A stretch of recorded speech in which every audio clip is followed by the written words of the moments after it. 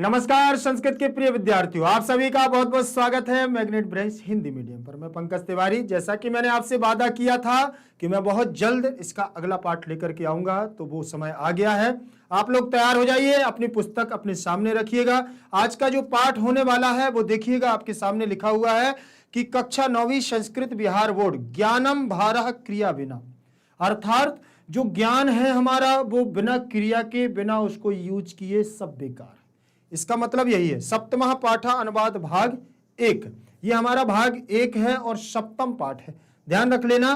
तो ज्ञानम भारः, वो ऐसा ज्ञान आपका भार के समान है अगर आप उसका प्रयोग करना नहीं जानते हो। मतलब सीधा सीधा इनका कहने का मतलब ये है कि ज्ञानवान होना जरूरी नहीं है, आपके पास उस बुद्धि का, उस ज्ञान का प्रयोग करना होना जरूरी है। समझ में आया कि नहीं? तो ज्ञानवान आपके पास बना रहे, आप कितने बड़े विद्वान हैं इससे कोई फर्क नहीं पड़ता। आप उस ज्ञान का प्रयोग कैसे कर रहे हैं, आप उस ज्ञान से सामने वाले को संतुष्ट कर पा रहे हैं कि नहीं कर पा रहे हैं, उस ज्ञान के द्वारा लोग आपसे आकर्षित हैं कि नहीं है, आप उस ज्ञान को पाकर के दूसरों की भलाई कर पा रहे हैं कि नहीं कर पा रहे हैं, तब आपके ज्ञान का महत्व है। अन्यथा आपका ज्ञान क्या है? भार के समान है, अर्थात वो आपके ऊपर बोझ है। इसीलिए ज्ञान का होना अनिवार्य नहीं है, आपके अंदर उस ज्ञान का प्रयोग करना होना जरूरी है। ठीक है ना? ज्ञान तो हो, लेकिन प्रयोग करना भी आपके पास सबसे ज्यादा जरूरी है। इसलिए ज्ञानम भारः क्रिया बिना, ठीक, करना आना चाहिए, प्रयोग करना हमारे लिए जरूरी है। ध्यान रखें, ऋषि मुनियों की परंपरा और तपस्या की तपोभूमि में ये भारत हमारी संस्कृति के माध्यम से यही बताना चाहती है कि आज का युग हमारा क्या है, आज के युग के माध्यम से हमें करना क्या है। देख, ध्यान रख लेना इस बात का कि जितना पढ़ना जरूरी है उतना ही इस दिमाग का प्रयोग करना जरूरी है कि उस काम को हम कैसे करें। ध्यान रखें, सबसे पहले हम उसी क्रम के आधार पर चल रहे हैं बेटा जिस क्रम में हम लोगों ने पढ़ा था। जिस क्रम के आधार पर हम लोग पढ़ते हैं कि किसी भी पाठ की को शुरुआत करने से पहले हम उसका परिचय जानते हैं। थोड़ा सा मैं बता दूं कि यहाँ पर भी वही है, बुद्धिमान व्यक्तियों को क्या है, अगर हम उसका प्रयोग नहीं कर पाते हैं तो यहाँ पर भी बुद्धिमान व्यक्ति से अच्छा तो वो है जिसके पास चतुराई है। बुद्धि विद्यमान होना जरूरी नहीं है, चतुराई होना जरूरी है आज के समय के आधार पर। ठीक, तो यहां पर इस पाठ में यही पंचतंत्र से लिया गया है। और पंचतंत्र आप जानते हैं कि विष्णु शर्मा जी की बहुत अच्छा ग्रंथ है पंचतंत्र, ठीक, उसी से ये लिया गया है और उसी के बारे में यहां पर चर्चा की गई है। देखते हैं क्या पाठ में रंगत है और पाठ में क्या अपने को मिलने वाला है। चलिए देखें जरा, यहां लिखा हुआ है प्रस्तुत पाठ, जो हमारा दिया हुआ पाठ है उसी की बात है। प्रस्तुत पाठ ज्ञानम भारः क्रिया बिना, ज्ञानम भारः क्रिया बिना पंचतंत्र नामक नीति पंथ के अंतिम तंत्र से संकलित है।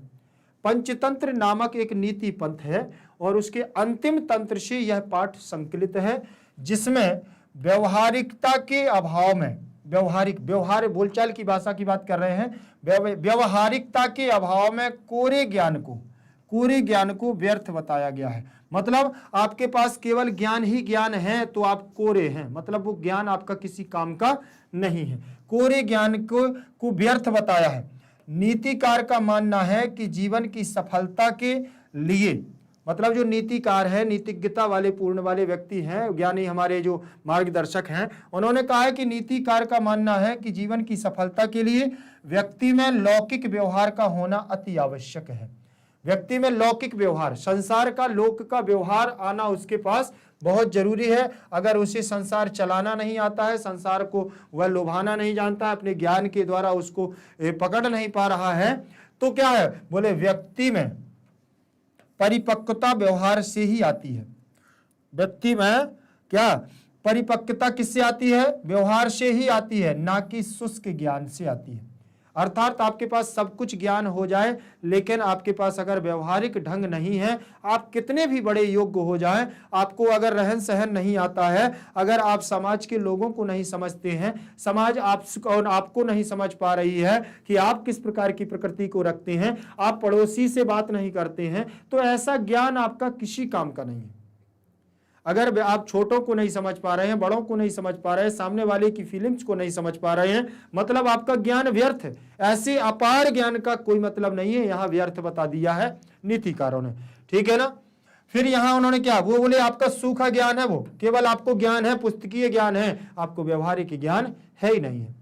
केवल आपने अगर मान के चलिए सारी ग्रंथ पढ़ के रख लिए हैं, सारी पुस्तकें पढ़ ली हैं, चाहे वो आर्यभट्ट की हो, चाहे वो खगोल शास्त्री, भूगोल विज्ञान, चरक संहिता, MBBS करके डॉक्टरी की सब सारी डिग्री ले आए, लेकिन अगर आपका ज्ञान आप तक ही सीमित रहा, आप उससे समाज को संतुष्ट नहीं कर पाए, मतलब वो आपका सूखा ज्ञान है, आपने केवल किताबी कीड़ा बन करके ज्ञान को लिया है। अब देखें, इसीलिए फिर देखें, इसीलिए बुद्धिमान व्यक्ति विद्वान की अपेक्षा श्रेष्ठ माने जाते हैं। क्या है, इसीलिए बुद्धिमान व्यक्ति, कैसा व्यक्ति, बोले बुद्धिमान व्यक्ति विद्वान की अपेक्षा, विद्वान व्यक्ति की अपेक्षा क्या माने जाते हैं, बोले श्रेष्ठ माने जाते हैं। इसका मुख्य कारण यह है कि क्रिया अभाव व्यवहार से ही व्यक्ति के आचरण का पता चलता है। मतलब इसका मुख्य कारण, उन्होंने पूछा कि इसका मुख्य कारण क्या है, तो उन्होंने कहा इसका मुख्य कारण यह है कि क्रिया अथवा व्यवहार से, क्रिया अथवा मतलब उसके काम करने के ढंग से और समाज में उसके व्यवहार से, व्यक्ति के आचरणों से, उसका आचरण कैसा, उसके आचरणों से यह सब पता चल जाता है कि उसका ज्ञान कैसा है। शुष्क ज्ञान मात्र से व्यक्ति के चाल चलन का पता चल जाता है। जो सूखा ज्ञान रखता है, केवल सूखा, उसकी चाल चलन से भी पता चल जाता है कि ये कितना ज्ञानी है। जो कहने लगते हैं ना कि अरे तुम तो यार बहुत साइकोलॉजिस्ट हो, तुम तो सब कुछ जानते हो, अरे तुम तो अंतर्यामी हो, तुम तो सामने वाले को देख के बता देते हो ना। सामने वाले को देख के बताने का मतलब ये है कि सूखा ज्ञान जिनके पास होता है, ऐसे व्यक्ति को आप देखोगे, उसका चाल चलन बता देगा कि ये किस प्रकार सा। कई लोग ऐसे होते हैं, बोले बहुत उखड़ा उखड़ा रहता है, अरे ये तो किसी से बोलता ही नहीं है, इसको ना तो घर किसी से मतलब है, पड़ोसियों से मतलब है, ना इसके दोस्त हैं, ना यार हैं, ना इसका कोई है। ऐसा भी होता है। तो ये सब सारी चीजों का मतलब क्या है, ये ऐसा व्यक्ति सूखा ज्ञान होता है, केवल और केवल पुस्तकीय ज्ञान, उसको व्यवहारिक ज्ञान नहीं है। व्यवहारिक ज्ञान का मतलब ना तो वो समाज में बैठना जानता है, ना उस दोस्तों के साथ खेलना जानता है, कुछ नहीं जानता है। ऐसे ज्ञान का मतलब क्या है, ऐसा ज्ञानवान होना जरूरी नहीं है। बोले ऐसा ज्ञान तो फिर बोले क्या है, सूखा ज्ञान है, जो आपका क्या है, बोले व्यर्थ है। ये सब इस पाठ में उन्होंने चर्चा की है। अब देखेंगे थोड़ा सा पाठ का, यहाँ सार दिया हुआ है संस्कृत में, देखें जरा क्या बता रहे हैं इस पाठ के सार में, कि पंचतंत्र नामकस्य, देखें पंचतंत्र नामकस्य संस्कृत नीति कथा ग्रंथस्य अंतिम तंत्रे विद्यमानायाः कथायाः संपादितः अंशोऽयं पाठः अंस्यां कथायां व्यवहारं विना शुष्कस्य ज्ञानस्य निरर्थकता दर्शिता उक्तञ्च। शास्त्राण्यधीत्यापि भवन्ति मूर्खाः यस्तु क्रियावान् पुरुषः सः विद्वान्। अत्रोपदेशे लभ्यते यत् व्यवहारो बुद्धि क्रिया व ज्ञानस्य परिणामः भवति, व्यवहारं विना तु पांडित्यम व्यर्थम भारीभूतम च। अब मैंने तो केवल अभी पढ़ा है, मैंने और कुछ नहीं किया, ध्यान रखें। अब मैं इस पर आपसे थोड़ी व्याकरणात्मक टिप्पणी करूंगा जो यहाँ जरूरी है परीक्षा में। देख यहाँ पर देखना है कि पंचतंत्र नामकस्य, पंचतंत्र नामकस्य का मतलब षष्ठी विभक्ति, षष्ठी विभक्ति का एक वचन। यहाँ देखो नामकस्य षष्ठी का एक वचन। अब यहाँ लिखा हुआ संस्कृत नीति कथा ग्रंथस्य, यहाँ पर भी षष्ठी का एक वचन, षष्ठी का एक वचन।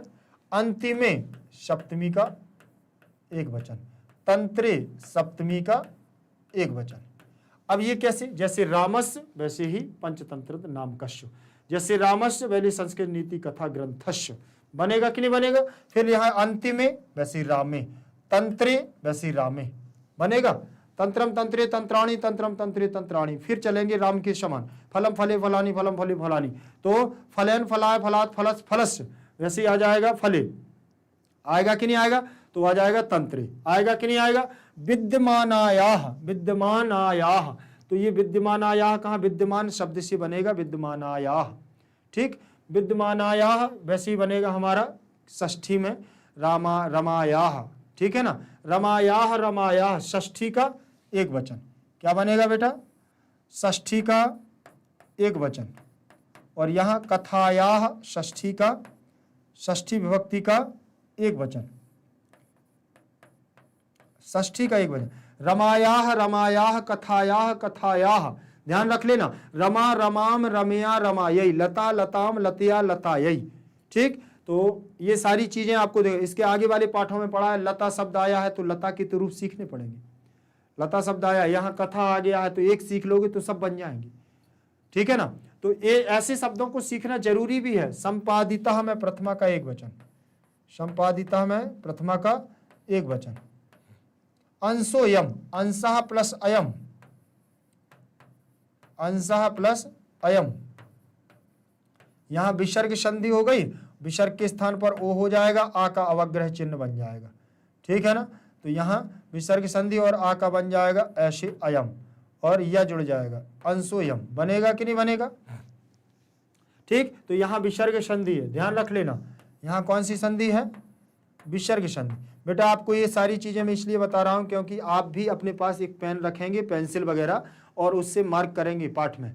ध्यान रख लेना, क्योंकि दोबारा आपको, आप जब देखोगे तो आप बार बार देखने से आपको ये सारी चीजें कंफर्म हो जाएंगी। पाठ को पढ़ते ही अगर कभी पैराग्राफ आ गया ना आपकी उसमें बुक में, अरे तो आपको ऐसे छपा मिलेगा, आपके दिमाग में गूंजेगा कि यहाँ ये है, यहाँ ये है। ठीक, अस्याम, अस्याम षष्ठी, कथायाम षष्ठी विभक्ति, ठीक, सॉरी सप्तमी, कौन सी? कथायाम सप्तमी विभक्ति। रमायाम वैसे ही सप्तमी विभक्ति, ठीक, सप्तमी एक वचन, रमायाम। ठीक है, यहां तक समझ गए? ऊपर की दोनों पंक्तियां समझ गए ना आप लोग? ठीक, आगे देखें,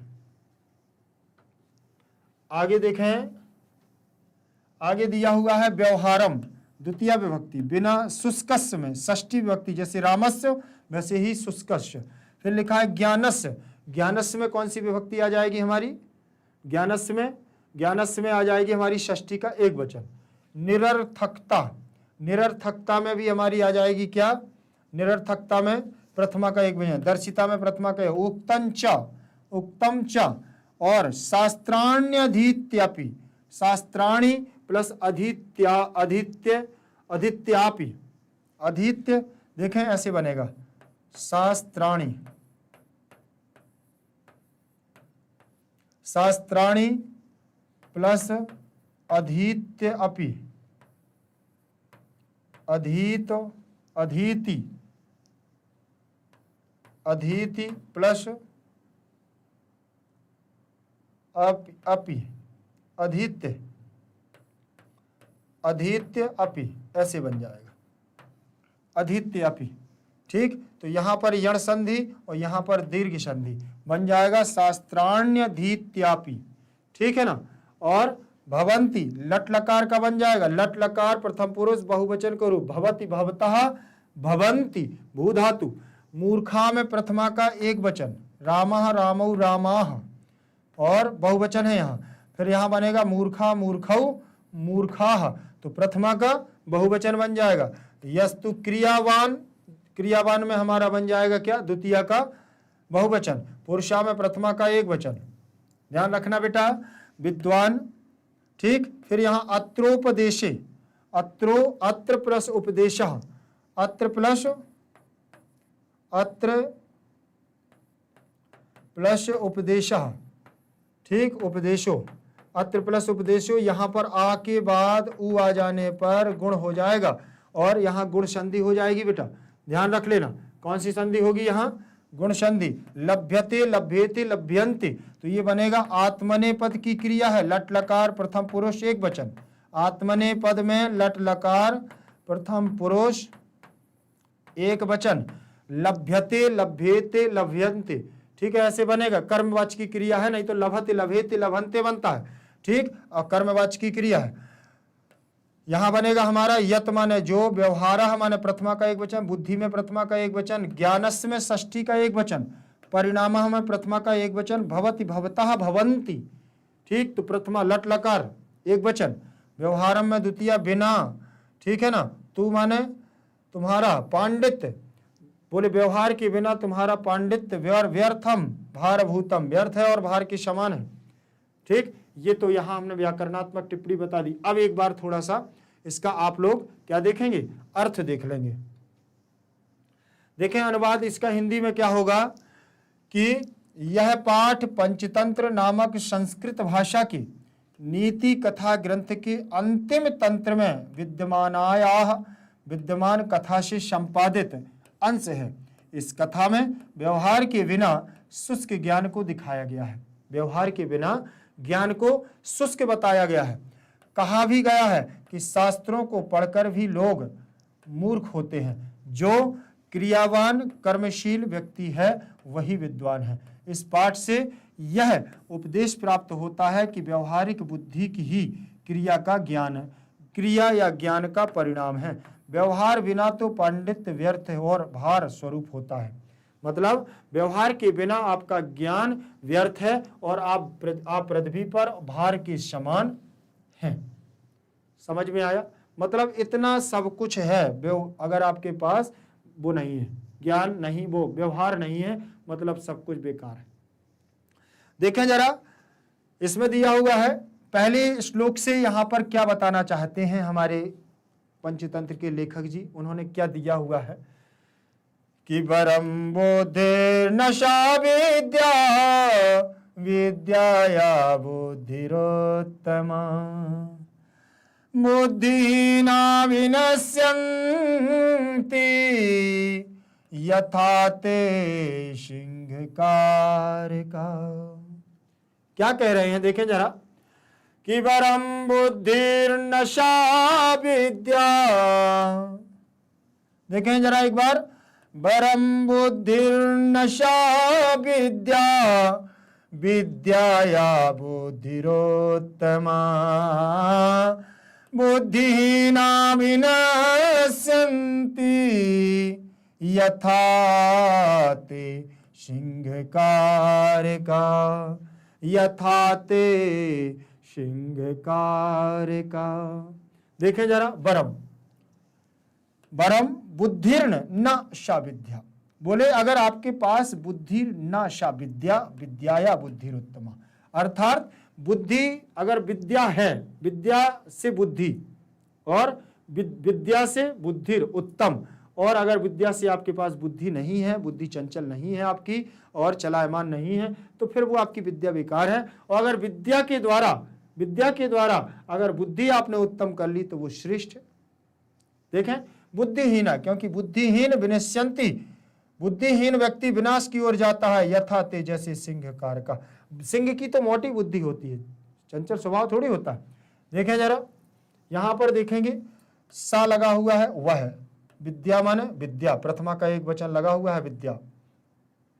बुद्धिर्न, बुद्धि प्लस न, ठीक, तो यहां विसर्ग संधि हो गई है। विद्याया, विद्याया में हमारा विद्या, ठीक, यहाँ तृतीया विभक्ति। और बुद्धि प्लस उत्तमा, तो यहाँ विसर्ग संधि है और उत्तम अलग हो जाएगा। बुद्धिहीना विनश्यन्ति, यहाँ पर हमारा बना हुआ विनश्यति विनश्यता विनश्यन्ति, तो बहुवचनांत पद है। यथा माना जैसे, ते माना वे, बहुवचन सा तौ ते, सिंहकार का प्रथमा का बहुवचन। बुद्धि वरम भवति, बुद्धि बलवान होती है, सह विद्या न, विद्या नहीं। देखें, बुद्धि बलवान होती है, विद्या नहीं। विद्या बुद्धि उत्तम, विद्या से बुद्धि क्या होती है? बोले उत्तम भवती, श्रेष्ठ होती है, विद्या से बुद्धि उत्तम होती है। यथा सिंहकार का, बोले जैसे सिंह विनिश्यन्ति, तथा बोले एव, वैसे ही बुद्धिहीन विनश्यन्ति, जैसे बोले सिंहकार का, जैसे सिंहकार क्या होता है? विनाश होता है, उसी प्रकार से बुद्धिहीन व्यक्ति का भी विनाश होता है। जिसके पास बुद्धि नहीं है, ज्ञान का होना कुछ नहीं है, विद्वान का होना कुछ नहीं है, अगर आप उसके पास उस बुद्धि का प्रयोग नहीं कर पा रहे हैं। ध्यान रखना, इसमें अब अर्थ को दिया है। अर्थ क्या है? उन्होंने दिया है कि बुद्धिमान व्यक्ति विद्वान से, बुद्धिमान व्यक्ति विद्वान से श्रेष्ठ होते हैं। बुद्धिमान व्यक्ति कैसे होते हैं? विद्वान से श्रेष्ठ होते हैं, क्योंकि विद्या से बुद्धि चतुराई उत्तम मानी जाती है। जिस प्रकार बुद्धिहीन होने के कारण अपनी विद्या के बल पर मृत सिंह को जीवित करने वाले, मृत सिंह अपनी विद्या के बल पर बोले बुद्धिहीन होने के कारण अपनी विद्या के बल पर मृत सिंह, मरे हुए शेर को जीवित करने वाले उसी सिंह के द्वारा मार डाले गए, उसी सिंह के द्वारा मारे जाते हैं। तात्पर्य कि बुद्धिमान व्यक्ति में होने वाले परिणाम की सूझबूझ होती है, जबकि विद्वान में इसका सर्वथा अभाव होता है। मतलब उनका कहने का मतलब ऐसा है कि कभी कभी कोई ज्ञान सीख लेता है। जैसे एक यहाँ पर उदाहरण उन्होंने दिया था कि अगर कोई जैसे शेर है, शेर मर गया है और आपके पास अगर दवा है, आप कहीं पढ़ कर के आए, बहुत विद्वान हैं और आपको पता है कि इस शेर को हम जीवित कर सकते हैं। आप गए और आपने दवा दी उसको, वो शेर जीवित हो गया। लेकिन आपने जब जीवित करने से पहले ये नहीं सोचा कि अगर ये शेर जीवित हो जाएगा तो मुझे खा जाएगा, क्योंकि वहां तो कोई नहीं है, आप ही अकेले हो, है कि नहीं। तो आपने अगर इतना नहीं सोचा तो वो शेर जैसे ही जीवित होगा, खड़ा होगा और आपको ही खा जाएगा। तो आपके पास ज्ञान तो था, लेकिन आपने ज्ञान का सही इस्तेमाल नहीं किया। मतलब आप क्या हो, मूर्ख हो। आपका ज्ञान प्रयोग करने का आपको तरीका नहीं पता, मतलब आपका ज्ञान बेकार है। वो यही कह रहे हैं कि मरे हुए सिंह को, देखो, मृत सिंह को जीवित करने वाले उसी सिंह के द्वारा मारे डाले जाते हैं, वही शेर उनको खा जाता है। बोले तात्पर्य यही है कि बुद्धिमान व्यक्ति में होने वाले परिणाम, जो बुद्धिमान व्यक्ति होता है उसका जो रिजल्ट आता है वो सूझबूझ के द्वारा होता है, वो सोच समझ करके काम करता है। जबकि विद्वान व्यक्ति इसका सर्वथा अभाव होता है, इसमें कमी होती है। ये अपने आप को ज्यादा होशियार समझता है, उसको बाद का रिजल्ट पता नहीं चलता है कि इसका होगा क्या, बाद में इसका परिणाम क्या निकलेगा, ये कुछ नहीं हो जानता। समझ रहे ना। इसीलिए बोले बुद्धिमान व्यक्ति क्या होता है, श्रेष्ठ होता है। आगे देखें, इसके बाद हमारा अगला पैराग्राफ दिया हुआ है सेकंड नंबर का। उस पैराग्राफ में आप देखेंगे सेकंड नंबर के पैराग्राफ में क्या बताया गया है। देखें जरा इसमें। अब दूसरे नंबर के पैराग्राफ में कहते हैं कि एकस्मिन् नगरे, क्या कह रहा है बेटा, एकस्मिन् नगरे चत्वारः युवानः परस्पर मित्राभावेन निवसन्ति स्म, तेषां त्रयः शास्त्र पारंगतः परंतु बुद्धिरहितः एकस्तु बुद्धिमानः केवलं शास्त्र पारंगत मुखः अथ तै कदाचिन्न मित्रन्न मंत्रितं को गुणः विद्यायाः येन देशान्तरं गत्वा भूपतीनां परितोष्य अर्थोपार्जनः न क्रियते। तत्पूर्व देशं गच्छामः तथा अनुष्ठते किंचित मार्गं गत्वा तेषां ज्येष्ठतरः प्राह अहो अस्माकं एक चतुर्थो मूढ़ः केवलं बुद्धिमान न च राज प्रतिग्रहो बुद्धया लभ्यते। विद्यां विना तन्नामस्मै स्वोपार्जितं दास्यामः गच्छन्तु गृहं ततो द्वितीयेनाभीतं भो सुबुद्धे गच्छ त्वं स्वगृहं यतस्ते विद्या न अस्ति। यतस्ते विद्या न अस्ति। समझ पा रहे हैं ना। देखें, यतस्ते विद्या न अस्ति। देखें जरा, देखें, एकस्मिन का मतलब क्या है, एकस्मिन नगरे, एक नगर में चत्वारः माने चार, युवान माने युवक, परस्परम माने आपस में, मित्र भावेन मित्रता के भाव में क्या करते थे, रहते थे। निवसन्ति माने रहते, इसमें माने थे, रहते थे। एकस्मिन नगरे चत्वारः युवान परस्पर मित्र भावेन निवसन्ति, इसमें एक नगर में चार युवक परस्पर मित्रता के भाव में रहते थे। तेषां त्रयः शास्त्र पारंगतः, तेषां उनमें से त्रयः माने तीन, और शास्त्र पारंगतः, तीन कैसे थे, शास्त्र पारंगत थे, अर्थात ऐसे थे जो बुद्धिमान थे, शास्त्र पारंगत थे। ठीक है, शास्त्र पारंगत मतलब विद्वान थे, परंतु बुद्धि रहिता एकस्तु बुद्धिमानः, परंतु एकस्तु बुद्धिमानः केवलम शास्त्र पारंगत मुखः, परंतु बुद्धि रहिता, एक जो था वो बुद्धि रहित था और बुद्धिमान केवलम शास्त्र पारंगत, वह केवल क्या था, शास्त्र पारंगत मुख नहीं था। अथ तई कदाचित मित्रन मंत्रितम, ये तो उनमें से जो अथ तई उनके द्वारा क्या किया गया, कदाचित बोले कोई चिन्ह मंत्र मित्र, और मंत्र के द्वारा बोले कह गुण विद्याया एन देशांतरम गत्वा, बोले हम अपने इतना पढ़ लिया है, इतना शास्त्र वास्त्र कर लिया है, इतने विद्वान हैं, तो किसी गुण, अपने गुण को द्वारा, विद्या के द्वारा एन देशांतरम, किसी देश में गत्वा माने जाकर के राजा को क्या करेंगे, राजा से परितोष से अर्थोपार्जन न क्रियते, किसी से हम क्या है, धन का उपार्जन नहीं कर पाते हैं। तत्पूर्व देशम गच्छामा, बोले अब क्या है, अब पूर्व दिशा की ओर चला जाए, पूर्व दिशा की ओर। तथा अनुतिष्ठते, और वहां से उठे। किंचिन मार्गम गत्वा, किंचित मार्गम गत्वा, थोड़ा मार्ग से आगे चले, और क्या है, वहां चल करके उन्होंने देखा तेसाम ज्येष्ठ तरह प्राह, उसमें से जो सबसे बड़ा था, ज्येष्ठतर था, प्राह बोला अरे अहो अस्माकम एक चतुर्थो मूढ़ा केवलम बुद्धिमाना, बोले हमारे बीच में एक क्या है, एक मूर्ख है, बिल्कुल पढ़ा लिखा नहीं है, केवलम बुद्धिमाना, वो केवल हाँ थोड़ा सा लेकिन बुद्धिमान है। नाचा राज प्रतिग्रहो बुद्धिया लभ्यते विद्या बिना, बोले तो जब हम वहां जाएंगे, राज प्रतिग्रह, राजा के घर जाएंगे, तो वहां से जो बुद्धि के बल पर हम लोग क्या लाएंगे, हम जो वहां से लाभ प्राप्त करके लाएंगे, वहां उस, और विद्या के बिना नहीं, ठीक है ना, बुद्धि के बल पर जो लाभ लाएंगे, तन्नामस्मि स्वापार्जितम दास्याम, हम उसमें से इसको अपना क्या है, कुछ भी धन नहीं देंगे। तद गच्छतु गृहम, बोले तो उसको क्या है, उसको लौटा देते हैं, हम इसमें से उसको बंटवारा नहीं कर पाएंगे। ततो द्वितीय नाधिकम, तब दूसरा बोला भो सुबुद्धे गच्छ तुम स्वगृहम, दूसरा बोला कि हाँ तुम बुद्धिहीन हो, तुम्हारे पास ज्ञान नहीं है और तुम पढ़े लिखे नहीं हो, तो तुम जाओ अपने घर।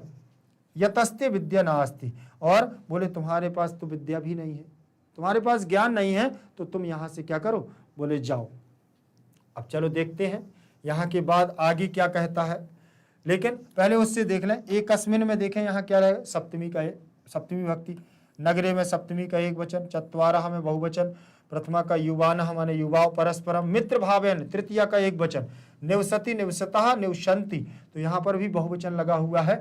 तेषाम उनके द्वारा, जो हम वो तीन थे, तब उन्होंने शास्त्र पारंगतः, प्रथमा का बहुवचन, बुद्धि रहिता में भी प्रथमा का बहुवचन, फिर शास्त्र पारंग मुखा, तो ये भी हमारा प्रथमा का बहुवचन, तई में हमारा क्या लगा हुआ है, प्रथमा का वो तृतीय का बहुवचन। कदाचिन मित्रम कह गुणो विद्यायाः षष्ठी का बहुवचन, एन में तृतीय का एक वचन, देशांतरम देश को, गत्वा गम धातु से त्वा प्रत्यय लग करके गत्वा बन जाएगा। भूपतीन परितोष्य अर्थोपार्जन, अर्थः प्लस उपार्जन, तो विसर्ग संधि हो जाएगी।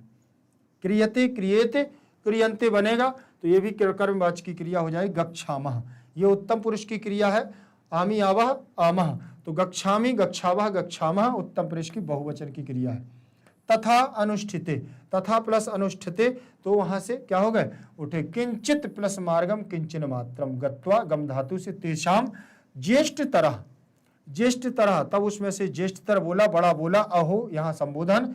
अस्माकम एकम, तो अस्माकम षष्ठी का एक वचन बहुवचन, और एकश्च एकः धन चतुर्थो मूढ़ा, एक उसमें से चौथे मूढ़ को केवल बुद्धिमान, वो मूर्ख है, बोले केवल बुद्धिमान। न राज प्रतिगृह, तो यहाँ प्रथमा का एक वचन, बुद्धिया में बुद्धिम बुद्धिया तृतीया का एक वचन, लभ्यते लभ्येते लभ्यन्ते, ये भी हमारा विद्याम में द्वितीया। तत् धन नाम अस्मै स्व उपार्जितम दास्यामः, यहाँ पर भी हमारा क्या लगा है, बहुवचन लगा हुआ है, और लिट लकार भविष्य काल का लगा हुआ है, और उत्तम पुरुष बहुवचन की क्रिया है, दास्यामः। ठीक, दास्यति दास्यतः दास्यन्ति, और दास्यसि दास्यतः दास्यथ, और दास्यामि दास्यावः दास्यामः, ऐसे बनेगा। ठीक, गच्छतु गच्छतः गच्छतम, गच्छतु गच्छताम गच्छेयु, ऐसे बनेगा। द्वितीय नाधिकम, तो यहाँ पर द्वितीयेन प्लस अभिहितम, भो सुबुद्धेः गच्छ त्वम स्वगृहम यत्यास्ति विद्या नास्ति, गच्छ हमारा बना हुआ है लोट लकार, आज्ञार्थक का रूप बना हुआ है गच्छ। ठीक है, गच्छ बना हुआ है हमारा, किसका, आज्ञार्थक का रूप है। इसका देखें, अर्थ देख लेंगे। उन्होंने क्या कहा कि किसी नगर में 4 युवक आपस में मिलकर के जुलकर के मित्रवत रहते थे। उनमें से 3 विद्वान परंतु बुद्धिमान थे, किंतु उनमें से एक मूर्ख होते हुए भी बुद्धिमान था।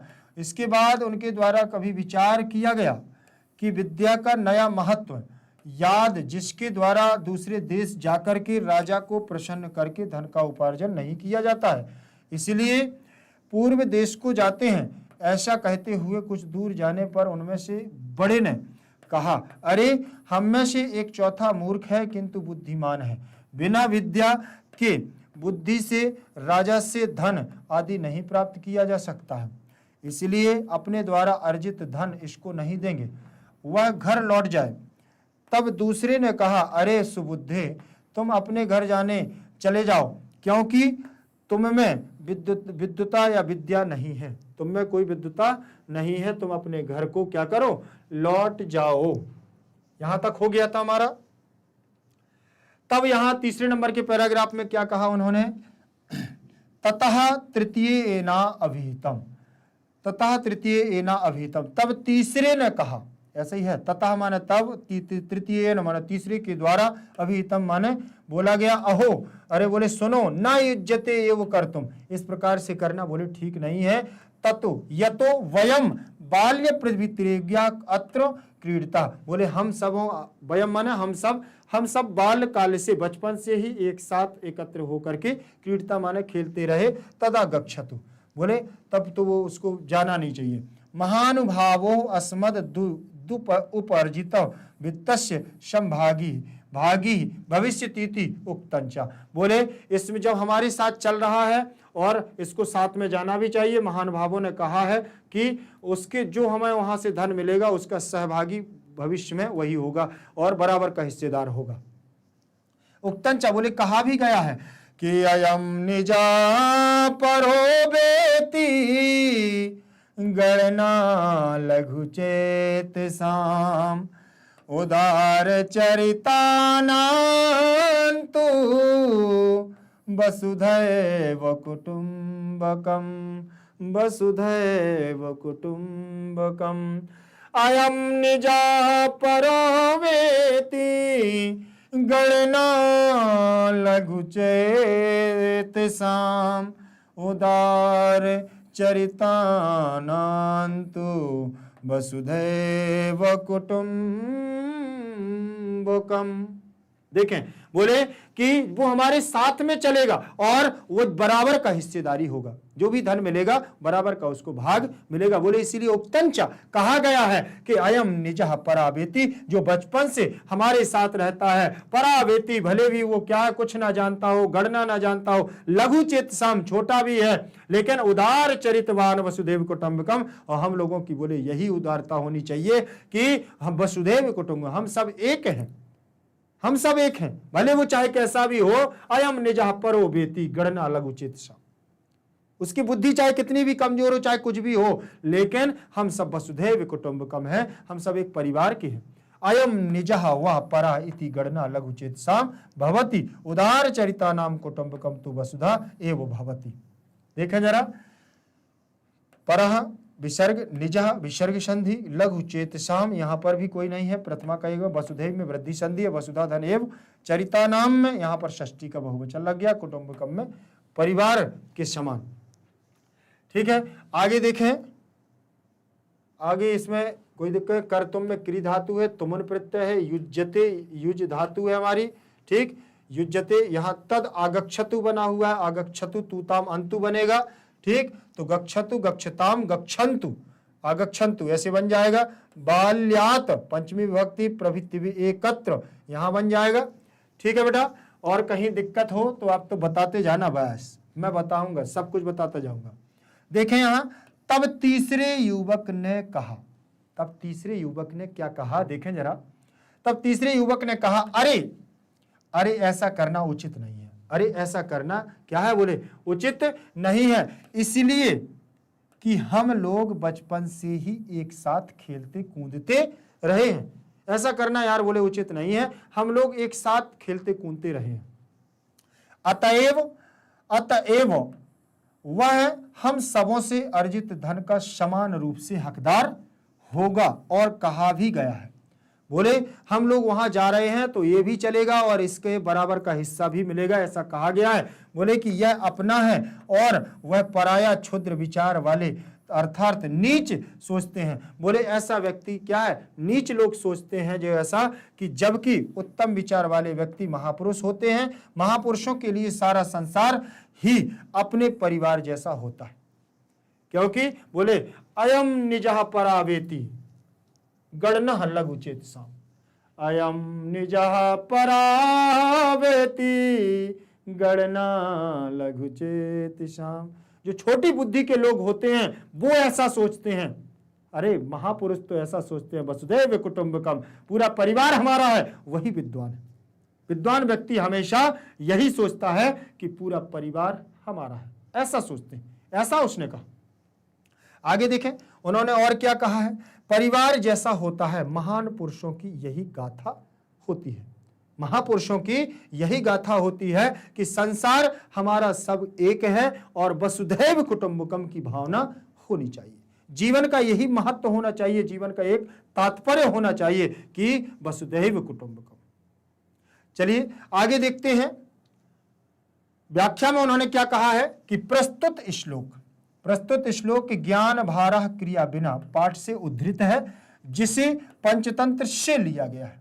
इसमें उदार तथा क्षुद्र विचार वाले व्यक्ति के बारे में कहा गया है। उदार एवं क्षुद्र माने छोटे विचार वाले व्यक्ति के बारे में कहा गया है। नीतिकार का कहना है कि महान अर्थात उदार विचार वाले व्यक्ति स्वभावतः त्याग, उदार और परोपकारी तथा मानवता के पुजारी होते हैं। ऐसे व्यक्ति के लिए सारा संसार ही क्या है, अपने परिवार जैसा होता है। वे किसी से कोई भेदभाव नहीं रखते। अपना पराया का भाव नीच विचार वालों का होता है। ऐसे व्यक्ति में ही भेदभाव की भावना होती है। ऐसे व्यक्ति स्वार्थी एवं मानवीय गुणों से रहित होते हैं। ऐसे व्यक्ति क्या होते हैं, स्वार्थी और मानवीय गुणों से रहित होते हैं। दूसरों की वेदनाओं को नहीं समझते हैं, केवल अपने ही स्वार्थ को क्या करते हैं, समझते हैं। इसलिए ऐसे व्यक्तियों से बोले क्या होना चाहिए, दूर रहना चाहिए। आगे देखें। हाँ, आज की क्लास हमारी यहीं तक रहेगी। बहुत जल्द हम लेकर के आएंगे आपको इसका नेक्स्ट पार्ट। ध्यान रखिएगा। तब तक के लिए अद्भुत बैच आपको धन्यवाद करता है। जयतु संस्कृतम, जयतु भारतम।